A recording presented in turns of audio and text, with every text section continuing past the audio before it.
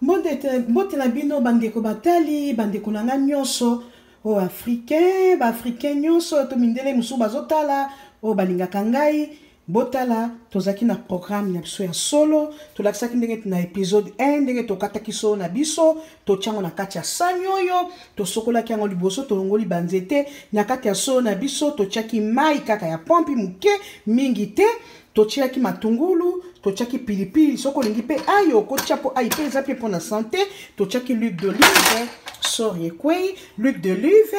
to okotia mafuta so lingi menga na konsiaka mingi l'huile d'olive pour la santé na biso. To tiaki yango, oyo solo yango, to tiaki yango na microwave, na baki yango na réchauffe, boka moite, obele boni mama arrête azu ya tiango likola réchauffe parce que na tobimisa na microwave, naza loboko moko na kokobimisa na microwave te. Microwave to sayelaki nde yango yo.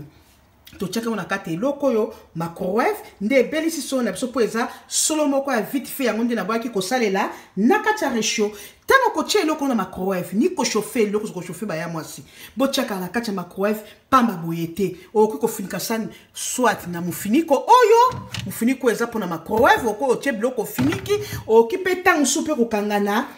oyo plastique oyo mutu nyonso aibi plastique oyo okozwa biloko te kaka ozwi otindiki na microwave po soko ozotia na microwave ndenge wana surtout conseil pas même surtout tozana bana il faut tokebaka bala bazaka pressé so balingo chauffer eloko na kati ya microwave boye omona akotiane kaka ndenge wana kofinika te tant que microwave eza na maladie mingi soko osela ngo polele ezate chaque fois que banakolamba solo ndo banakotiango na microwave o na la kisinde li solo ya Henriette cuisine ya Henriette Kilumbu Shembo TV ndenga sali eloko a vite fait eza pe bien pour la santé so na biso esili kobela na linga kite eza la pete mingi esa la bui e pananga esili kobela sikoyo na ko présenter bino so na biso yangoyo na ko présenter bino na tiango na kati ya sani nango po eloko nyonso sengeli présentation ba ya mwasi na ko zwani te na moto na kozwa elamba po e servir ngai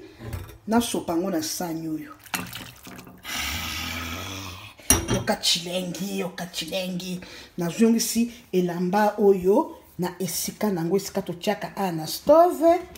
na zongisi elamba esali sakape na misala yamba ya mwasi serviette na ngai yango yo solo na biso moderne na sengelaki ebela yango yo bino moko bomonike eza na pilipili na ko pasola parce que je manga kolia ngonga moko omoni ba na biso o ba uti na ba Afrique ba eko kolela awa ba yebite solo eza nini surtout moni ya couleur na lingango makasi ndezaka bololo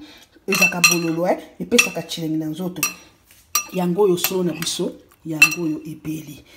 ba ya mwasi bomoni soupe na ngeza nini lumaimai yango nde na préféraki nalia lelo na tiaki l'huile d'olive na ngande bozomona o eza ata mutu a régime nyonso mwa munga kokoka munga pe elikate akolia nango akosepela soko ozana mwanda kala no pembeli mama okoki kolia nango soko sepeni etenga na sepeka na lia yango na solo boye eza télé-réalité ya vite fait ya solo yango wana baya mwasi bokota s'il vous plaît baya nanga baleki ba mama bakoko bomi abonné chez yo Henriette Kilumbu Shembo TV masolo eza wow leo tozana masolo ya solo babengi aubergine yalu mai formule Henriette Kilumbu Shembo abonnez-vous.